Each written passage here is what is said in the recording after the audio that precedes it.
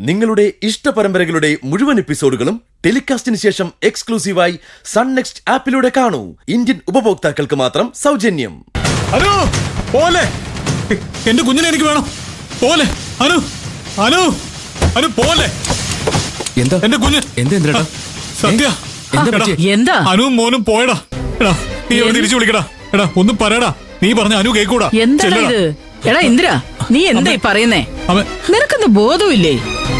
അതെങ്ങനെയാ? എപ്പോഴും ബോധമില്ലാത്ത പോലുള്ള മദ്യപാനമല്ലേ? എടാ അതിന്റെയാ? എടാ അവര് ഏട്ടൻ വല്ല സ്വപ്നം കണ്ടതായിരിക്കും. ഏട്ടത്തിയും മോനും അവരുടെ വീട്ടിൽ പോയിട്ട് എത്രയോ നാളായി. ആ എന്താടാ ഇങ്ങനെ?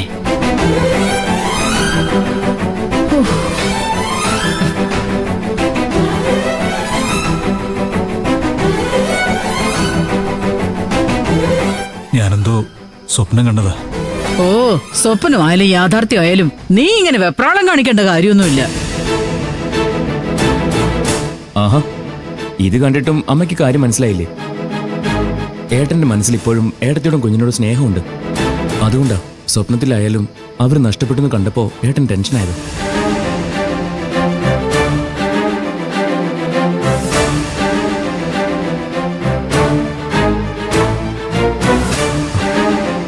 ഏട്ടാ, ഏട്ടന്റെ നന്മയെ കരുതിയാ ഞാൻ പറയുന്നേ. ഇപ്പോഴും വൈകിട്ടില്ല. ഏട്ടൻ പോയി വിളിച്ചാ ഏട്ടത്തി കുഞ്ഞിനെ കൂടെ തിരിച്ചു വരും. ഏട്ടൻ എന്തിനാ അമ്മയെ നോക്കുന്നേ? സ്വന്തം ജീവിതമാണ്. അത് നഷ്ടപ്പെടുത്തിയിട്ട് പിന്നെ ഓർത്ത് വിഷമിച്ചിട്ട് കാര്യമില്ല. ഇന്ദ്ര, ഞാൻ ഇനി എതിര് നിൽക്കുമെന്ന് കരുതി നീ അവരെ തിരിച്ചു വിളിക്കാതിരിക്കണ്ട. ആ, നിന്റെ കടം വീട്ടാനുള്ള പണം തരുമെങ്കിൽ നീ പോയി അവളെ കൂട്ടിക്കൊണ്ടുപോവാ. കഷ്ടം, മോശമാണ് അമ്മ ഇത്. പണത്തിന് വേണ്ടി ഇങ്ങനെ തരം താഴരുത്. അമ്മയ്ക്ക് ഇപ്പൊ വേണ്ടത് പണമാണ്. ആ പണത്തിന് വേണ്ടി അമ്മ ഇപ്പൊ എന്തും ചെയ്യും. അതെ, അതിലെന്താ ഇത്ര സംശയം? ഏത് വഴിയിലായാലും പണം കിട്ടിയാൽ മാത്രമേ പ്രശ്നങ്ങൾ അവസാനിക്കൂ. അത് ശരിയാ. പക്ഷെ ആ പണം ഞാൻ എങ്ങനെ അനുവിന്റെ വീട്ടിൽ ചോദിക്കും?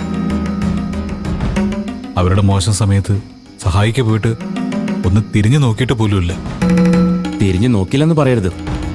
അവിടെ ചെന്ന് അവരെ ദ്രോഹിക്കാൻ അമ്മ മറന്നിട്ടില്ല. നീയൊക്കെ എന്തിനാണ് എന്നെ ഈ പഴി പറയുന്നത്? പണം എനിക്ക് വേണ്ടി ചോദിക്കാനല്ല ഞാൻ പറഞ്ഞത്. അതുമാത്രമല്ല, ഈ കട ഉണ്ടാക്കിയത് ഞാനല്ല, നിന്റെ ഏട്ടനാ. അതെ, അല്ലെന്നൊന്നും ഞാൻ പറഞ്ഞില്ലല്ലോ. പക്ഷെ സ്വന്തം മകളുടെ ഒരു ആപത്തിപ്പെട്ടപ്പോ സഹായിക്കാൻ അമ്മയ്ക്ക് തോന്നില്ലല്ലോ.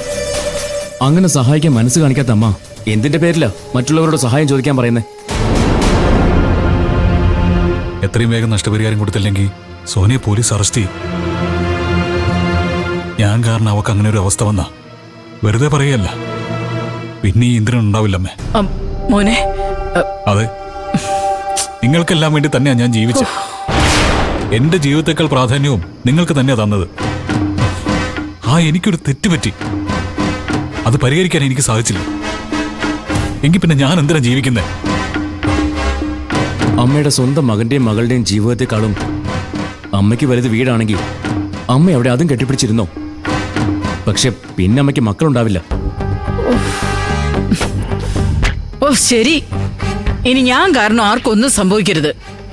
എനിക്ക് നിങ്ങൾ തന്നെയാ വലുത്. വീട് പണയം വെക്കാൻ എനിക്ക് സമ്മതോ? സത്യമാണോ അമ്മേ? ഓ അതെ. എടാ, പക്ഷേ നീ അതെനിക്ക് എത്രയും പെട്ടെന്ന് തിരിച്ചെടുത്ത് തരണം. അമ്മയ്ക്ക് എന്നെ വിശ്വാസമല്ലേ? ഉടനെ തന്നെ നമ്മൾ വീട് തിരിച്ചെടുക്കും. അതെ, ഇനി സമയം കളയാതെ പൈസ റെഡിയാക്കാനുള്ള പരിപാടി നോക്കണം. ശരി.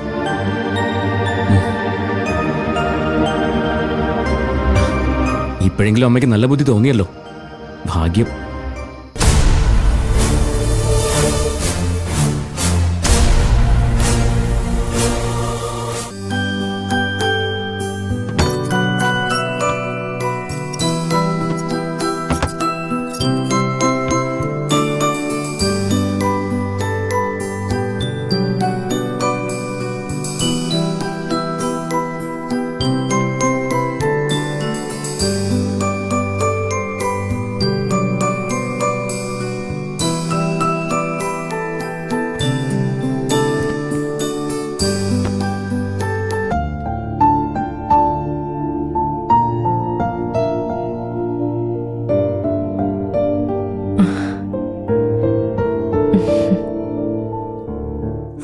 എഴുന്നേറ്റോ?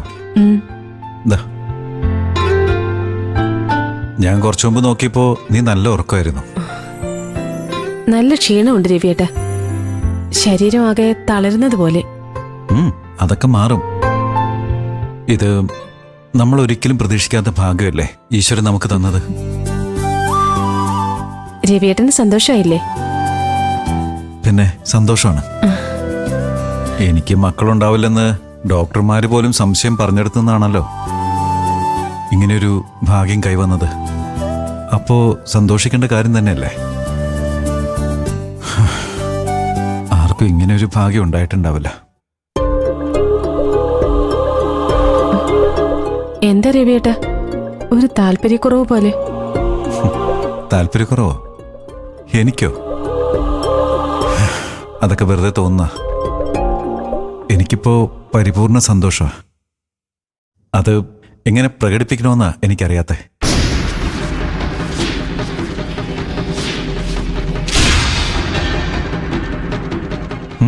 നീ റെസ്റ്റ് എടുക്ക.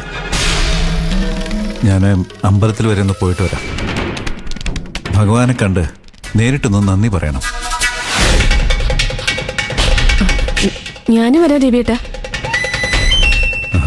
അത് വേണ്ട. ഇത് എനിക്ക് ഒറ്റയ്ക്ക് തന്നെ പോണം. ഈ അവസ്ഥയിൽ നീ യാത്ര ചെയ്താൽ ശരിയാവില്ല. പിന്നെ നമുക്ക് ഒരുമിച്ച് പോവാം.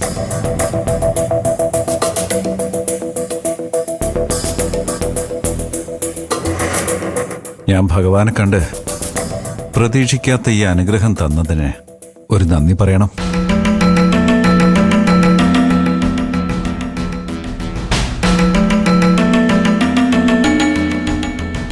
നമ്മുടെ കുഞ്ഞിന് വേണ്ടി പ്രാർത്ഥിക്കണം.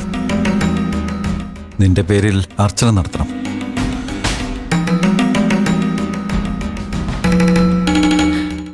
രവിയേട്ടന്റെ ഈ സന്തോഷം കാണാനാണ് ഞാൻ ആഗ്രഹിച്ചത്. എനിക്കറിയാം നിന്റെ മനസ്സ്. നിനക്ക് കഴിക്കാനുള്ളതൊക്കെ ഞാൻ റെഡിയാക്കി വെച്ചിട്ടുണ്ട്. നീ തൽക്കാലം ജോലിയൊന്നും ചെയ്യണ്ട. നന്നായി റെസ്റ്റ് എടുക്കണം. ശരി, എന്നാലും രവിയേട്ടൻ പെട്ടെന്ന് തന്നെ വരണം. വേഗം വരും. എനിക്ക് പോയി വന്നിട്ട് ചില കാര്യങ്ങൾ ചെയ്യാനുണ്ട്.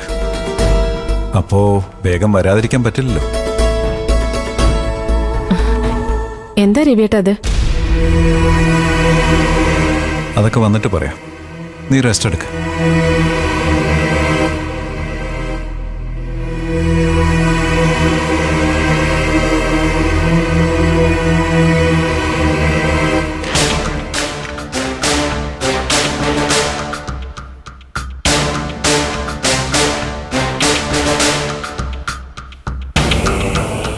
രവിയേട്ടൻ എന്തൊക്കെയോ സംശയങ്ങളുണ്ട്. അതാ ഇങ്ങനെ മനസ്സിൽ വെച്ച് സംസാരിക്കുന്നത്. ഇത് അധിക സമയം വെച്ചോണ്ടിരിക്കാൻ പാടില്ല. അത് അപകടമാണ്. എങ്ങനെയും രവിയേട്ടന്റെ മനസ്സിൽ കടന്നുകൂടിയ സംശയം ഇല്ലായ്മ ചെയ്യണം.